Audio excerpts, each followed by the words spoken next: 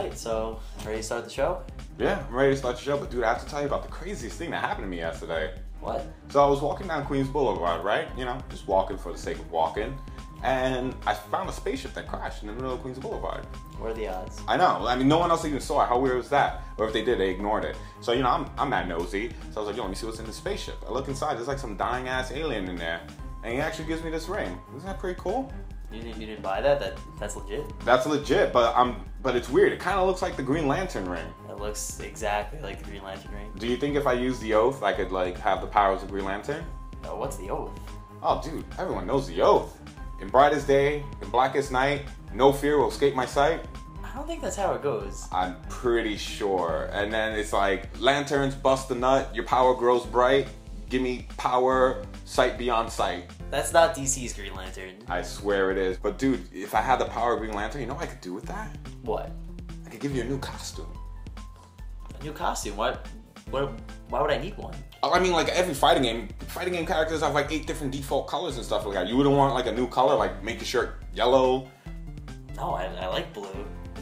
I guess blue is really that much of your favorite color. I mean, I like being me. I don't think I need an alternate. You're kind of bumming me out. I totally could have done something really cool with this ring. You know what? Maybe you can use it on someone later. Yeah, maybe, but until then, let's just start the show.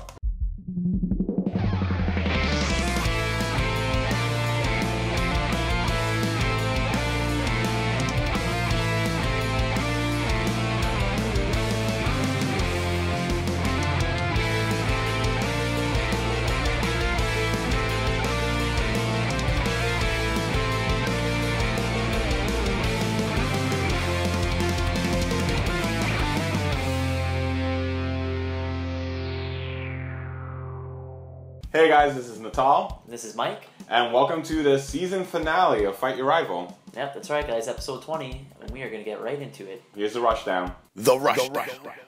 So VxG has come and gone, yes. And while I wish we could have been at the beach ourselves, we still watched a lot of the action. I had a really good time watching the tournament. Yeah, unfortunately I didn't get to see much on Friday. I saw a good chunk of it on Saturday, you know, when we were chilling, watching at your crib, which was pretty epic. I got to see pretty much all the grand finals on Sunday as well. I took the day off. It was really good all the way up until kind of the finals section, particularly Marvel. Yeah, if you guys didn't watch the tournament, Chris G and Flocker played in the Marvel 3 Grand Finals, a fight that's happened a million times. And the two of them decided, hey, we don't really feel like playing, let's split the pot and let's just use joke teams. So I know Flocker was using Trish, like they were just using the most random characters. Yeah, I swore Chris G was using Hagar. I literally fell asleep in between like their matches and looked up and saw they were using the most ridiculous characters, and it wasn't worth watching.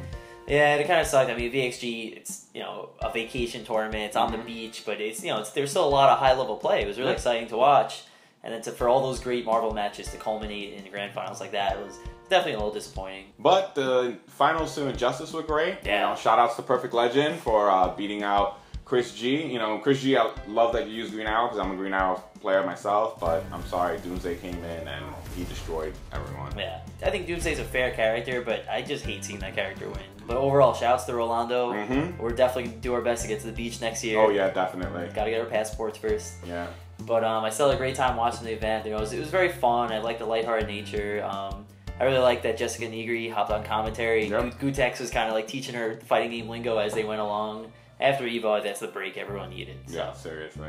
And in the wake of that controversial match between Chris G and Flocker, all the major tournament organizers, including Evo, have actually gotten together and created a universal tournament rule saying that you basically can't do what them two did anymore. Fantastic. That's great because, like you said, you know, for everyone to put in and play real hard and then you didn't make it to the grand finals and you're like, you know what, let's see how it ends, and it ends like that, I'd be pretty upset myself. And do you know what the ramifications would be, like what would happen to the players at all? As far as I know, the official rule is that it's up to the tournament director, but if they think the two people are, you know, colluding, they can basically disqualify both of them. Wow. So neither of them will get their prize money. So you make it all the way to grand finals, and if you decide to mess around, you'll lose everything. So I think it's a good rule. My first reaction, because, you know, I wasn't entertained by that match either, but my first reaction was like, whatever, it's the beach, you know, they don't care. It's a tournament, big deal. The more I think about it, it's like, if we are going to be taken seriously, we need rules. And if we are going to become something as big as like League of Legends, you know, rules have to be in place. So one last bit of news concerning the beach. VxG and EMP, they had a great year together. You know, they sponsored a lot of players. They sent a lot of players pretty much around the world. And their merger is actually no more. They've separated. No word as to why. All I know is that according to Twitter, Triforce is retiring from the FGC. All I do know is that, you know, whoever was on EMP is still on EMP. It's not like a few years ago when they suspended the fighting game division. It seems like they cut ties with their sponsors again. No more VxG, no more Godlike Apparel. So I don't really know what this means. I mean, I don't know if Triforce has something crazy up his sleeves or he's just wants a break from the FGC for whatever reason. We'll see what happens. You know, EMP, like you said, is still around. Sucks they don't have all their sponsors, but I mean, this is the FGC. People come and go all the time. People gain and lose sponsors all the time. Yeah, just like sports, just like anything else. Yeah. One of the games that EMP has been so great at lately is Injustice, Gods Among Us. Yes, they have. Just as all these players have been training hard, NetherRealm has been hard at work, still keeping their game fresh, and they finally delivered the character that we all saw at EVO, Martian Manhunter. Yeah, he's pretty epic. I didn't get that much time to actually like play with him, but from what I've seen like online and what I got to dabble on, pretty cool character. And I do love that even though these are DLC characters that they're probably building post-release, they're managing to really keep everyone fresh. Yeah. Martian Manhunter has like a really cool tool set. He does his teleport punch, reminds me of Sector a lot, but I think that's awesome. It's appropriate for him, and you know, I love his limbs attacks. He's got a little bit of Dalsim in him, and probably has one of the coolest looking supers in the game. If you're a Martian Manhunter fan or just want a fresh new character, pick him up now, $5. Yeah, and don't forget the Jon Stewart Green Lantern skin came out as well. That one's free. If you're wondering what's the next character that's going to be, Ed Boon said that the next character is actually one that fans have been requesting non-stop. Which, that's so vague, it could literally be anyone. Yeah, my money's on either Zatanna, Power Girl, or Red Hood, because those were in the... I'm pretty sure they were in the poll that he took, but it really could be anyone. It's Ed Boon, he's a huge troll, and yeah, we'll see what happens. Maybe it's Fat Mega Man. they finally work out a deal with Capcom, and that's what they use it on. So we'll keep you guys posted once we know more about the future of Injustice DLC. But for now, we're going to see what's happening on Twitter. Yeah, here you go, guys. Here's the tweets of the week. Tweet of the week.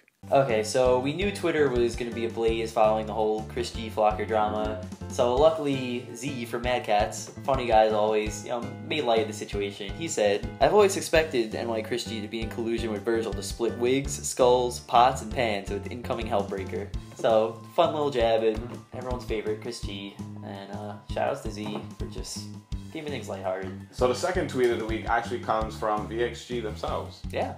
And they wrote, VxG featured in the largest newspaper in the region. Top 2 from each game mentioned by name and gamer tag. Awesome. And then underneath there's a photo and it's of the newspaper and you're actually in the newspaper. It's pretty epic. That's pretty awesome. Imagine picking up your local newspaper and reading about like Chris G and Justin Wong. Yeah. Pretty sick. Shoutouts to Rolando. And our final tweet of the week comes from Cool Gray AJ, who's actually part of the content team at Evil Geniuses. And he writes, "So Triforce is leaving the FGC. In other news, Jay-Z is retiring from rapping. Just like Triforce has left before, he's come back. Hopefully he comes back. We'll see what happens." He will. He'll definitely will. I mean, come on. The fighting game community is way too interesting to just get up and go. Yeah. If it's not financially lucrative, it's at the very least extremely entertaining. Yeah, so serious. hopefully he comes back, supports his boys, and you know, I'm sure it's not the last we'll see of him. No, not at all. I mean, it is pretty random for him to build up this whole collaboration with VxG and then just like right afterwards. But you know, we live in a world of random. We do, and we're gonna embrace that and give you guys random select right now. Random select.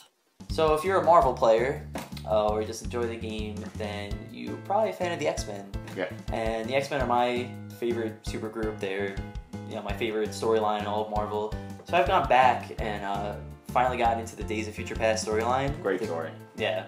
The Chris Claremont graphic novel, and it's really awesome. I just love, you know, as a relatively new comic reader, I really enjoy reading like the classic 80s style of comics. Really enjoy the writing style. Yeah, I mean, it's one of the most interesting storylines. Sending Kitty Pryde back to her past self to try to fix the future. If you guys don't know, it's going to be the theme of the movie next year.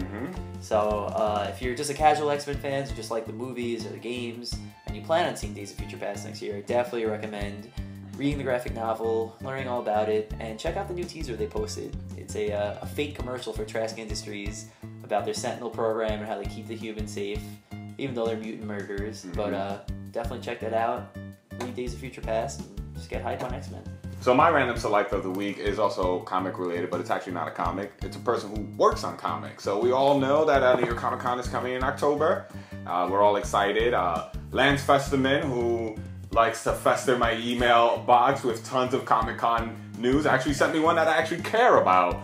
Greg Capullo is going to be at New York Comic Con in October. Now, if you guys are wondering why should you care, who is Greg Capullo? Todd McFarlane, the guy who created Spawn, actually stole Greg Capullo's soul back in the 90s and destined him for decades of slavery to draw Spawn. And now he does the Batman New 52 series with Scott Snyder. And at first glance, like I started picking up the New 52 series, I didn't even realize it was Greg Capullo's artwork because it was completely different from what I remember how he used to draw back in the day when he used to do Spawn. I think so. I'm really hyped because, as you know, I've just got into New 52 Batman, and Capullo's art just perfectly complements how dark Batman stories are. His Batman is one of my favorite drawn Batmans of all time, so I'm very excited to hopefully get to meet him, hopefully get my graphic novel signed, and I probably won't mention Spawn. Yeah, don't mention Spawn at all. And without further ado, that pretty much wraps up the season finale. Yep.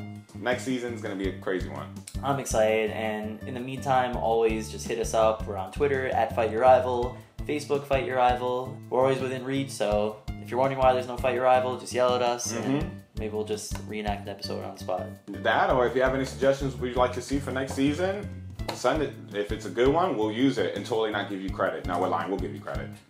We'll do it. Or at least you will. Maybe. Alright, good. So we'll leave you off with that thought. So this is Natal from Fight Your Rival. This is Mike from Fight Your Rival. And remember, guys, keep fighting. Keep fighting.